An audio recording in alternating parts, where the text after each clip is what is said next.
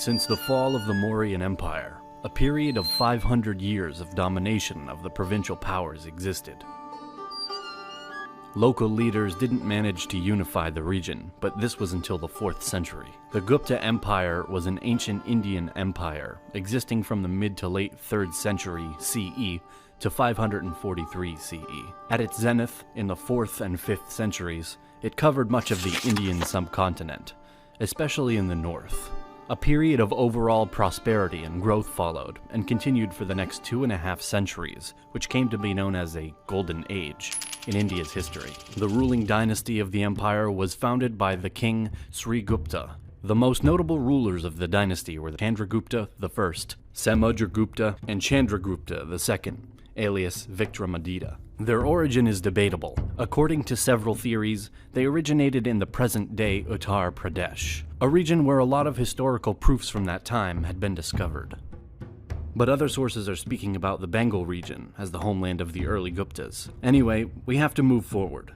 While in Europe, large migrations happened, with more and more people entering deep in the Western and Roman Empire. More to the east, in India, a new powerful state was born. It comprised most of the north of India over the Ganges. For more than 200 years, this empire was led by emperors from the Gupta dynasty, and through history, it will be known as the Gupta Empire.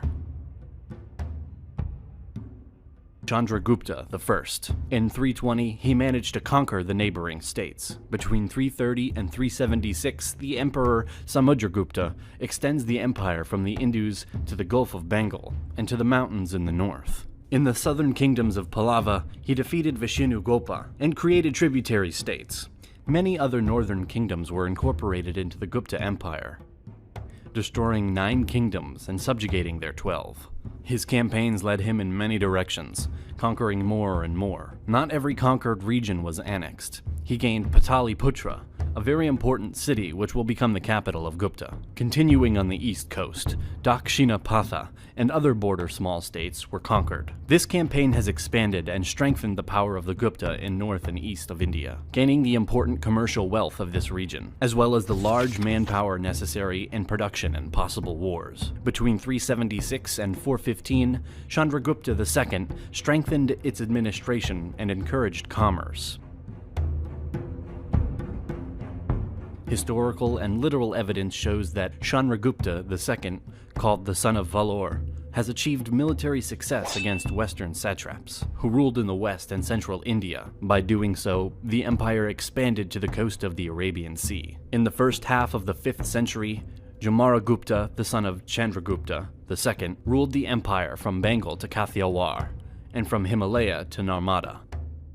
In this period, military and financial resources were mobilized to defend the empire against the White Huns, called Hephthalites. The empire was threatened by the rebellion of the Pushya-Mitras and by the danger of the White Huns. From this time on, a slow decline started. Kumaragupta didn't have so many conquests or campaigns like his predecessors, but on the other hand, he consolidated the power and the structure of the empire, being considered a capable ruler. Feudal relations formed later, and slower than in Europe. Slaves lived in very harsh conditions. They were forced to maintain the luxury at the courtyards or their masters, to serve the Brahmin priests and the army. Besides slaves, in India lived communities of free peasants. These communities of peasants lived better than the slaves, but were forced to pay gifts to the ruler and to participate in construction. Overall, the peasant communities of India were pretty similar to the European ones. In fact, the economic power of the Gupta was the exploitation of peasant communities. In the second part of the 5th century, Gupta rulers started to give to war veterans land and peasants to work for them. Some lands of the peasantry were split and reorganized under new masters. In cities lived craftsmen and weavers, very important jobs at the time. New social hierarchy was influenced by the laws of Manu, from the most to the less important people. Brahmins, warriors, artisans, traders, peasants, and the poor ones. Agriculture flourished due to the many rivers and irrigations too. Rice, wheat, barley, sesame, sugar, as well as spices were present in India. The exploitations of pearls, mines, and forests contributed to the development of society. The trade with West and East expands. Indian production reaching Rome and China. Precious stones, spices, ivory, cotton, sugar, and other goods are exported. In exchange, the Gupta Empire imported horses from Central Asia, fabrics from Tibet, and then slaves from the Roman Empire. Here, crimes were severely punished, depending on their severity, from financial fines to amputations or even death in some cases, according to the laws of Manu. Families were large, polygamy was present and embraced by the majority of the people. The Maharajas from Gupta dynasty were despotic rulers. The heir of the throne was initiated in the art of war, politics, philosophy, diplomacy, poetry, and music. Since his teenage years and before his rule, he was trained in a province. It's believed that in the Gupta Empire, there was a hierarchy of administrative divisions from top to bottom. The empire was called by various names such as Raja, Rashtra, Desha, Mandala, and other names. The structure was divided into 26 provinces. Provinces were also divided into Vishayas and put under the control of Vishayapatis. A Vishayapati administered the territory with the help of a council. The 4th and 5th centuries are a period in which the army organized in 3 army corps: infantry, cavalry, and elephant troops. The largest Indian empire that existed until that time was the Mauryan Empire. They had their military might and their strategies. Differently, the Guptas introduced several military innovations to Indian warfare. The use of heavy cavalry archers and heavy sword cavalry was promoted. The heavy cavalry formed the core of the Gupta Empire and were supported by the traditional Indian army elements. The accent was put more on horses than elephants. The history of chess starts here, beginning from some very old strategy games. The nobles are developing the game named Chaturanga. Also, some important attention was given to the development of knowledge in mathematics, astronomy, medicine, and poetry. Aryabhata, an astronomer of the Gupta period, proposed that the Earth is round and rotates around its own axis. It's also believed that he discovered that the moon and planets shine by reflected sunlight. Culture and knowledge expanded, being more and more present in this empire.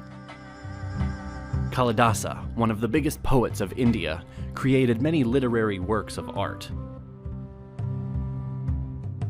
Mahabharata is an exposure of behavior codes for kings, warriors, or people in search of freedom. Mahabharata shows the evolution of Hinduism and its relations with other religions or beliefs. Ramayana is one of the 2 major Sanskrit epics of ancient India, along with Mahabharata. It forms the Hindu Itihasa. The epic narrates the life of Rama, a prince from the north of India, managed to overcome geographical and military obstacles to free his wife.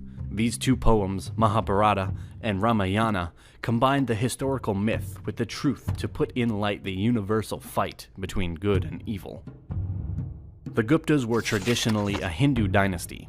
Even if Hindus had a large influence, the dynasty did not force their beliefs on the rest of the population, as Buddhism and Jainism were also encouraged. In that period, incredible detailed temples, palaces, and statues were built. The accent was also put in details in sculptures and pictures.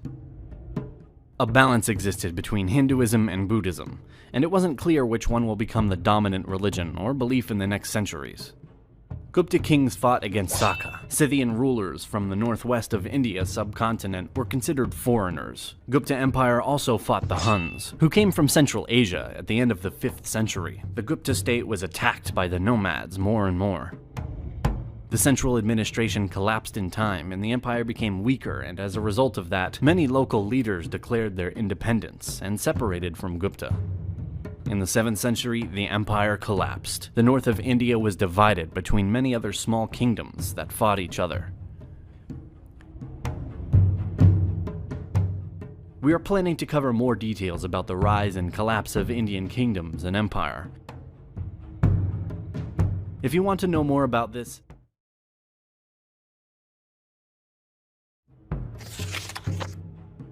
a big thank you to our generous supporters of Patreon. Every small support helps our channel a lot and makes possible the creation of better videos. Thank you for watching, and see you in the next one.